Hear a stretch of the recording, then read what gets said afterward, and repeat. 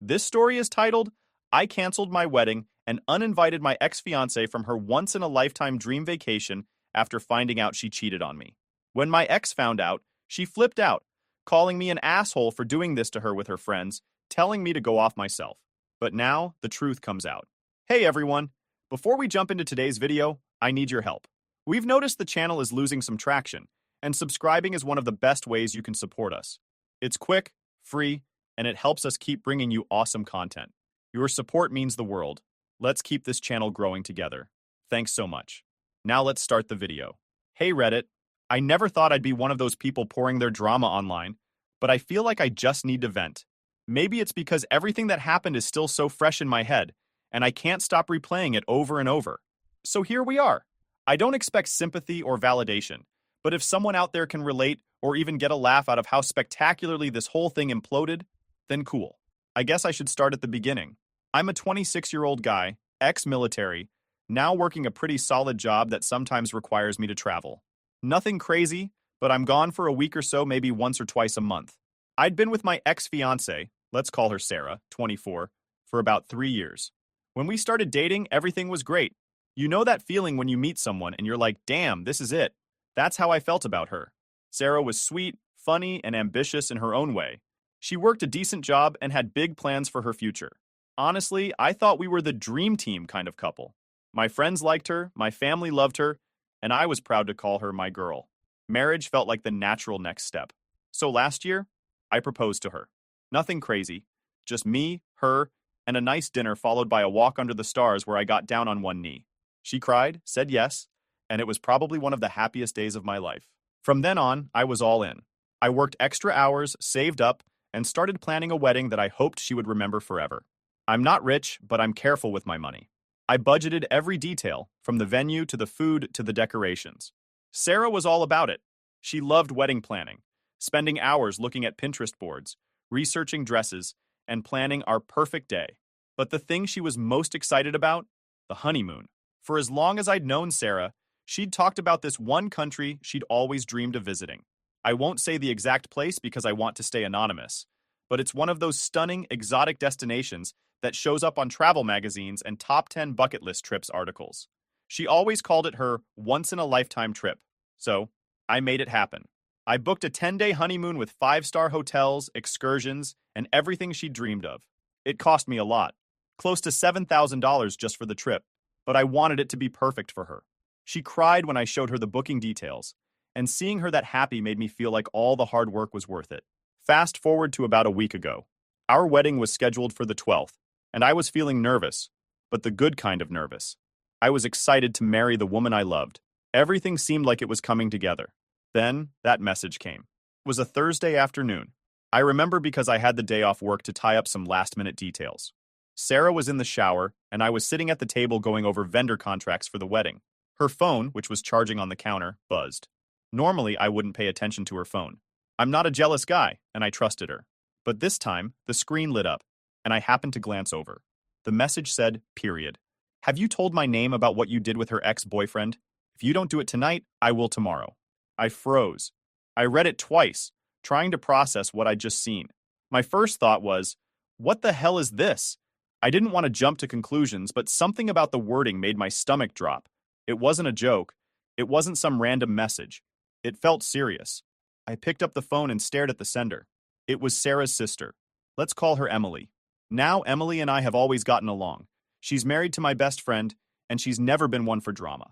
For her to send something like that, I knew it wasn't good. When Sarah came out of the bathroom, hair still wet and wrapped in a towel, I confronted her. I tried to play it cool at first. I showed her the message and asked, "What's this about?" Her reaction told me everything. She looked at the phone, then back at me, and her face went pale. She tried to smile and brush it off, saying something like, "Oh, you know Emily. She's always trying to stir up drama. Don't worry about it." But I wasn't letting it go. I said, "Sarah, seriously, what is she talking about?" Her face changed then. She got defensive. She rolled her eyes and said, "Fine, you want the truth? I ran into my ex at the bachelorette party. Nothing happened. Emily's just being a bitch." At that moment, I wanted to believe her. I wanted to be the kind of guy who trusts his fiancée and doesn't overthink things. But something about the way she said it didn't sit right with me. Her tone was too flippant, too dismissive, so I dropped it for the moment. I didn't want to start a huge fight right then and there, but my gut was screaming at me that something was wrong. That night, after she fell asleep, I did something I'd never done before. I went through her phone. I felt sick as I did it, like I was betraying her privacy, but I had to know. I had to know if I was being crazy or if there was something more. And what I found destroyed me. There were texts, hundreds of them, pictures, videos. The messages went back years. They started right around the time we got together, and they kept going. Every single time I'd gone on a work trip, she'd hooked up with her ex. There were messages like, dot. When does he leave again? I miss you. I can't wait to see you tonight. One picture stopped me cold. It was of them in our bed. At that moment, I felt like I couldn't breathe. It's like my whole world shifted. Everything I thought I knew about Sarah, about our relationship, was a lie. I sent all the evidence to my phone, put it down, and just sat there in the dark, trying to process what I'd seen. I didn't sleep at all that night. My mind was racing, my heart was pounding. By the time the sun came up, I knew what I had to do. The next morning, I sat there watching the sun come up through the window, my mind a complete mess. I hadn't slept at all. The phone with all the evidence was sitting on the table in front of me like some kind of bomb. Every time I even looked at it, I felt sick all over again. Sarah was still asleep in our bed, the same bed where she and her ex had hooked up. The thought made me want to throw up. I had no idea how I'd been so blind, so trusting. I guess I was the idiot who thought love meant loyalty. But the messages, the pictures, I couldn't unsee them. Around 7 a.m., I heard her start to stir. I knew I had to get this over with. I walked into the bedroom, stood at the foot of the bed, and just said, "Wake up." She groaned a little, rolled over, and muttered, "What's wrong?" I held up her phone and said, "We need to talk, now." That got her attention. She sat up, brushing her hair back from her face and squinting at me. "Why are you holding my phone?"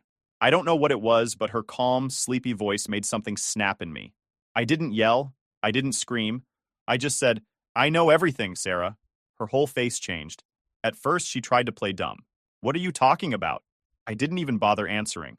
I unlocked her phone, pulled up one of the messages, one of the more explicit ones, and held it up for her to see. Her face went pale instantly. She didn't say anything for a long time, just stared at me with wide eyes like a deer in headlights. "Do you have anything to say?" I asked. My voice came out way calmer than I felt.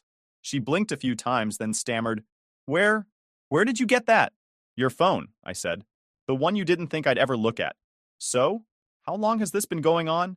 At this point, her expression shifted from shock to something I can only describe as defensive. She crossed her arms over her chest and mumbled, "It's not what you think."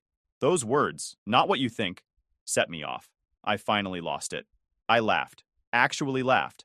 "Not what I think? Really? So all those messages, all those pictures of you with him, those are what, fake?" She started crying then. I don't know if they were real tears or just part of her attempt to manipulate me, but I wasn't falling for it. Between sobs, she said the same bullshit cheaters always say, "It didn't mean anything. I still love you." "You don't get to say that," I shot back. "You've been sleeping with him for years." "Years, Sarah. While I was out working, trying to build a life for us, you were here with him. How can you even look me in the eye and say you love me?" At this point, she started begging. She got off the bed and grabbed my arm. "Please don't do this. We can work through this.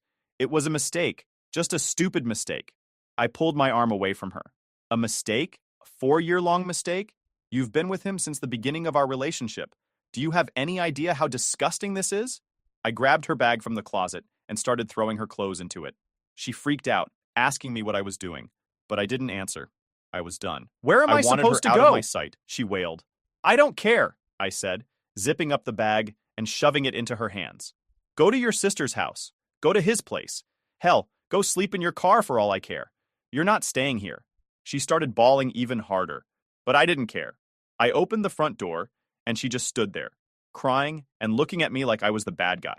I told her one last time, "Get out, Sarah. It's over." When she realized I wasn't changing my mind, she finally left. She took her bag and stormed off, slamming the door behind her. I waited until I heard her car start and pull out of the driveway before I let myself sit down. I was shaking, physically shaking. My whole body felt exhausted, like I'd just run a marathon. I kept thinking, what the hell just happened to my life? After she left, I started going through the motions. I didn't even feel like myself. I called my best friend, who came over immediately. I told him everything, and he just sat there with me in silence for a while. Finally, he said, "Man, I'm so sorry. I don't even know what to say." I told him about the wedding, how everything needed to be canceled. He and his wife jumped in to help me. They called vendors, contacted guests, and made sure everyone knew the wedding was off. I didn't want to deal with it myself. Just hearing the words, "the wedding is canceled," made my stomach turn. By the end of the day, I'd spent hours on the phone canceling everything. The venue, the photographer, the DJ. Most of the vendors were sympathetic, though a few gave me grief about deposits and refunds. I didn't even care about the money anymore. I just wanted it all to be over. The worst part, though, was the honeymoon. That damn trip. Ex-Fiancée. Sarah didn't reach out for the first 24 hours, but I knew it wouldn't last. Sure enough, the next morning, she started texting me. The messages started off soft. Apologies, explanations, promises to make it right. When I ignored her, the tone changed. She started blaming me, saying things like, "If you hadn't been gone so much for work, maybe I wouldn't have needed him." Needed him? Are you kidding me? I wanted to throw my phone across the room. Her family and friends started texting me too. She must have spun some BS story about how I was overreacting, because I was suddenly getting messages saying I was a jerk for canceling the wedding over one little mistake. One little mistake. That's what they called 4 years of lies and betrayal. I didn't respond to anyone. I didn't owe any of them an explanation. As far as I was concerned, Sarah and her entire circle could believe whatever they wanted. I knew the truth, and that was enough for me. By the time the dust settled, I was completely drained. My house felt empty, my phone was still blowing up, and my wedding plans were officially dead in the water. But as I sat there that night, I realized something. At least it was over. Sarah was out of my life, and there was no going back. After kicking Sarah out, my house felt eerily quiet. For a place that used to feel like ours, it now felt foreign, like I was living in someone else's home. I spent the next day doing what I guess you'd call damage control. I still had all the wedding decorations shoved in boxes, stacks of RSVP cards that now meant nothing, and a fridge full of food I didn't even want to look at. To distract myself, I started making a list of everything that needed to be canceled or adjusted. It was a brutal process. Each time I had to say, "Yeah, the wedding isn't happening anymore." It was like getting punched in the gut all over again. Most people were understanding, and a few of the smaller vendors even refunded me. Bless them. But others weren't as sympathetic, especially when it came to deposits. I just let it go. At that point, what was a few thousand more dollars lost? The worst part of the whole mess, though, was the honeymoon. I'd spent months planning that trip down to the last detail. I wanted it to be perfect for Sarah. It was supposed to be 10 days of luxury in a country she'd always dreamed of visiting. I'd saved up for it for almost a year, scouring deals to make sure we got the best flights, the nicest hotels, and some once-in-a-lifetime excursions. The whole thing had cost me close to $7,000. And here's the kicker. It was completely non-refundable. That part stung. I was already out 10 grand for the wedding itself, and now I was staring down the barrel of losing another 7 grand for a trip that would never happen. I called the travel company to see if there was any way to cancel or at least get some kind of credit, but the rep told me flat out that the tickets, hotels, and everything else were non-transferable unless I found someone else to use them. I hung up the phone and sat there, staring at the confirmation email for the trip. It felt like a cruel joke. This was supposed to be a celebration of a new chapter in my life, and now it was just another reminder of how completely my world had fallen apart. I thought about eating the cost and just letting the trip go, but the idea of wasting all that money made me sick. That's when it hit me. I could give the trip to someone else. At first, I wasn't sure who I'd even offer it to. Most of my friends either had kids, couldn't take off work, or didn't travel much. Then I thought about my best friend and his wife. Let's call them Mike and Emily. Mike had been my best friend since high school. He was the guy who'd always had my back no matter what. When I was deployed overseas, Mike was the one who checked in on my family and kept them updated. When I got home and felt like I didn't fit in anywhere, he was the one who sat with me on long drives and let me talk through it all. Mike and Emily got married young. Emily was actually Sarah's sister, which complicated things a little, but I trusted her.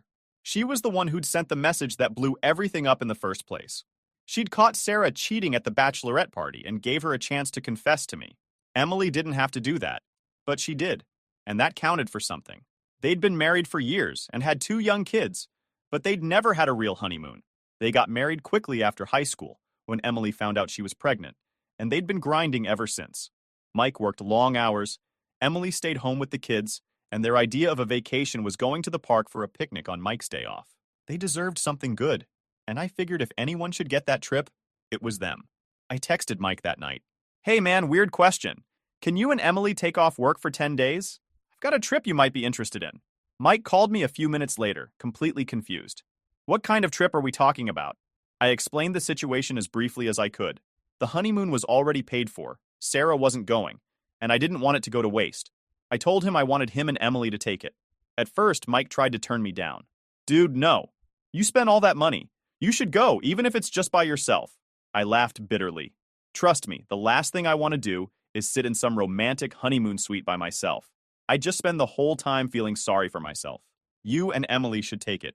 You guys deserve it. Mike got quiet for a second. Are you sure? This is a huge thing to give up, man. I'm sure, I said. It's already paid for. If I don't do something with it, I'm just throwing money in the trash. He told me he'd talk to Emily and call me back. 10 minutes later, they were both on the phone. Emily was crying. Happy tears this time. She kept saying, "Are you serious? This is way too much. We can't take this." But I insisted. Consider it my way of saying thank you for being there for me. You saved me from marrying someone who didn't deserve me. Take the trip and make some good memories for yourselves. Eventually, they agreed. I forwarded them all the details and spent the next few hours on the phone with the hotel and airline to transfer everything into their names. It wasn't easy, but after jumping through a few hoops, it was done. Mike and Emily were officially set to leave for their dream vacation. The next morning, I woke up feeling a little better. For the first time in days, it felt like I'd done something positive with this mess. Mike sent me a text that made me smile. "You're a good man, brother. We'll make the most of this. Promise." But of course, the peace didn't last long. I don't know how Sarah found out about the trip, but when she did, she lost it. The text started rolling in around noon. "How could you do this to me? That's my dream trip. You're a selfish asshole." By the time I got to the third or fourth message, she'd gone from angry to desperate. "Please don't let them go. That trip was supposed to be ours. I can't believe you do this to me." I ignored every single one. I was done with her. Then the messages from her friends started coming in. They called me names, told me I was a jerk, even said I was ruining her life. I didn't respond to any of them. What was the point? Sarah had made her choices, and now she was dealing with the consequences. It didn't take long for the situation to escalate after Sarah found out about the trip. At first, it was just the texts, dozens of them. I ignored every single one, but it was like she couldn't stand not getting a reaction. She went from rage to desperation and back again in a matter of hours. The next morning, I woke up to a voicemail from her. Her voice sounded frantic, almost unhinged. "Why are you doing this to me? That's my dream vacation. You're punishing me because you're hurt. But this isn't fair. Don't let them take my trip." Her trip. That phrasing stuck with me.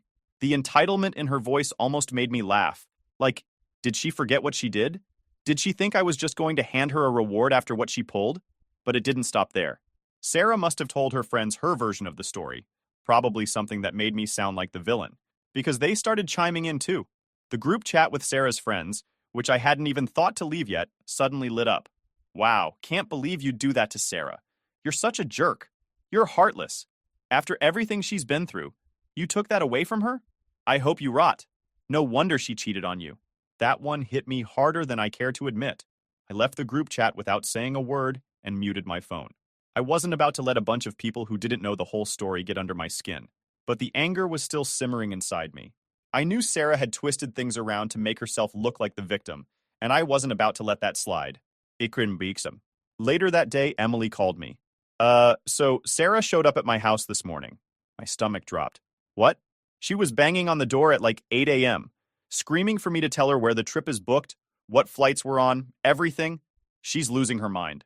I groaned. "What did you say?" "I didn't open the door," Emily replied. "I just told her through the window that she needed to leave. She started yelling about how I stole the trip from her. Mike called the cops when she wouldn't stop." I felt a mix of relief and embarrassment. On one hand, I was glad Emily didn't let Sarah intimidate her. On the other hand, I couldn't believe Sarah was causing this much chaos over a vacation. "Is she gone now?" I asked. "Yeah, the cops showed up and she finally left," Emily said. "But listen, you should know something. She was yelling a lot of stuff while she was outside. Stuff like how she never loved you and how she was just using you. I think the neighbors heard everything. And, our doorbell camera got it all." I went quiet for a moment. "She said that on camera?" "Yep. Emily confirmed. The whole meltdown is recorded. I'm guessing she didn't realize we had a camera pointed at her. She was screaming about how she only stayed with you for stability, and how she thought she'd get a free vacation out of it. Mike said the footage is insane.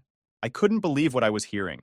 I knew Sarah had been using me, obviously, but to hear her admit it out loud while throwing a tantrum on someone else's front porch, that was something else. Send me the footage, I said. The video came through about an hour later. I watched it in silence. And let me tell you, it was one of the most surreal things I've ever seen. There was Sarah, standing on Emily's front porch in sweats and messy hair, yelling like a crazy person. Tell me where the flights are, Emily. That trip was supposed to be mine. I deserve it. He's a loser. He was lucky I even stayed with him. I was using him anyway. You stole my vacation.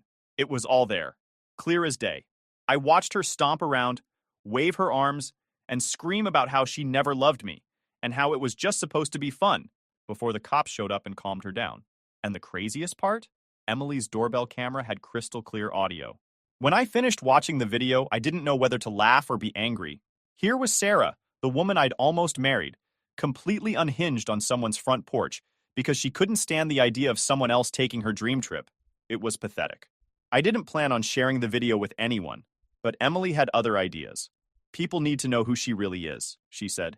She's out here telling everyone you're the bad guy while throwing tantrums like this? Nope. She ended up posting the footage online. I didn't know about it until I started getting messages later that night.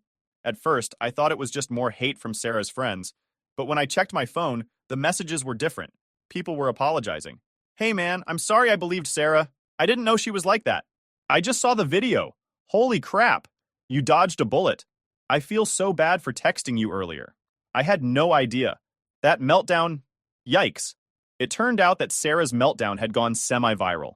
A few local Facebook groups picked up the video, and people were sharing it with captions like, "This is what entitlement looks like," and "Someone needs to check on this woman." Her own family reached out to me the next day. Her mom called and said, "I don't know what's going on with Sarah, but I'm so sorry. We had no idea she was acting like this." I didn't say much. I wasn't about to rehash everything, but I told her the truth. Sarah cheated, and I called off the wedding. That was it. Her mom sighed. We'll talk to her. She needs help. The final straw, though, was Sarah's ex showing up at my house. It was late, around midnight, when I heard someone pounding on my door. I looked through the peephole and saw him standing there, clearly drunk, swaying a little and mumbling to himself. I opened the door just enough to talk to him. "What the hell do you want?" He pointed a finger at me and slurred, "You ruined her life, man. You think you're a big man now, huh?" I kept the door half closed. "Get off my property." But he didn't. He tried to push his way inside, mumbling about how I stole his girl's trip and how I was gonna pay for it. I shoved him back hard enough to make him stumble. I wasn't about to let some drunk moron break into my house. I called the cops immediately. By the time they showed up, I'd detained him. Not hurt him, just kept him from moving until they could take over. He ended up getting arrested for trespassing, attempted breaking and entering, and violating the restraining order I'd already filed against him earlier that week. By the time the dust settled, Sarah had managed to alienate almost everyone in her life. She lost friends, strained her relationship with her family, and now her ex was in legal trouble. Meanwhile, Mike and Emily were getting ready to leave for the dream trip that Sarah thought belonged to her. I won't lie. I felt a small sense of satisfaction knowing karma had finally caught up to her. Point. The days after Sarah's meltdown felt oddly quiet. It was like a storm had finally blown through, and all I was left with was the wreckage to clean up. My phone stopped buzzing with hateful messages, and for the first time in what felt like weeks, I could breathe. Sarah had finally gone silent, and I wasn't about to complain. I still had a lot to deal with, though. First, there was the house. I couldn't stand the thought of being surrounded by all these reminders of her. Our photos, her favorite coffee mug, even the stupid little throw blanket she bought for the aesthetic. It was like my entire space was tainted. So I started purging. I spent an entire Saturday going through the house, room by room. Every picture of us? Gone. Her clothes and leftover toiletries in the bathroom. Bagged up and left outside. I even threw out the bedding because honestly, I couldn't look at it without getting flashbacks to the screenshots of her and her ex.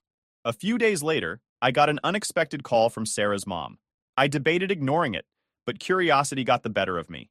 I answered, and she immediately started apologizing. "I don't know what's wrong with Sarah," she said. "I didn't raise her to act like this. I wasn't sure how to respond, so I just said, "It's not your fault. People make their own choices." She sighed. She's been a mess ever since everything happened. She lost her job. Apparently, her boss saw the meltdown video online, and most of her friends have distanced themselves. That surprised me. She lost her job? Yeah, her mom admitted. She's staying with a cousin right now, trying to figure things out. I didn't feel sorry for her, but I also didn't feel good about it. I guess I just felt neutral. She'd made her choices, and now she was living with the consequences. Anyway, her mom continued, I just wanted to say I'm sorry for everything she put you through. You didn't deserve that. Thanks, I said, and I meant it. I appreciate you saying that. It was a short call, but it gave me a weird sense of closure. Sarah's life was falling apart, but it wasn't my problem anymore.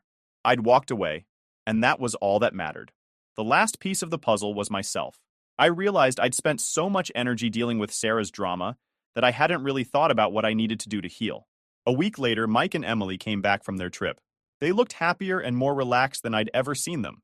Emily hugged me as soon as she saw me and said, "That trip was the best thing that ever happened to us. You have no idea how much we needed it." Mike handed me a little souvenir, a carved wooden figure from one of the local markets, and said, "Consider this good luck for the next chapter." "Next chapter?" I asked. "Yeah," he said, clapping me on the back. "The part where you move on and start building a life you actually want." I looked at the little figure in my hand and smiled. Maybe he was right. That night, I sat alone in my quiet, newly purged house and realized something. I wasn't sad anymore. I wasn't angry either. I was just free. Sarah was out of my life, her toxicity no longer weighing me down, and for the first time in years, I felt like I could do whatever I wanted. It wasn't the life I'd planned, but maybe it was the life I needed.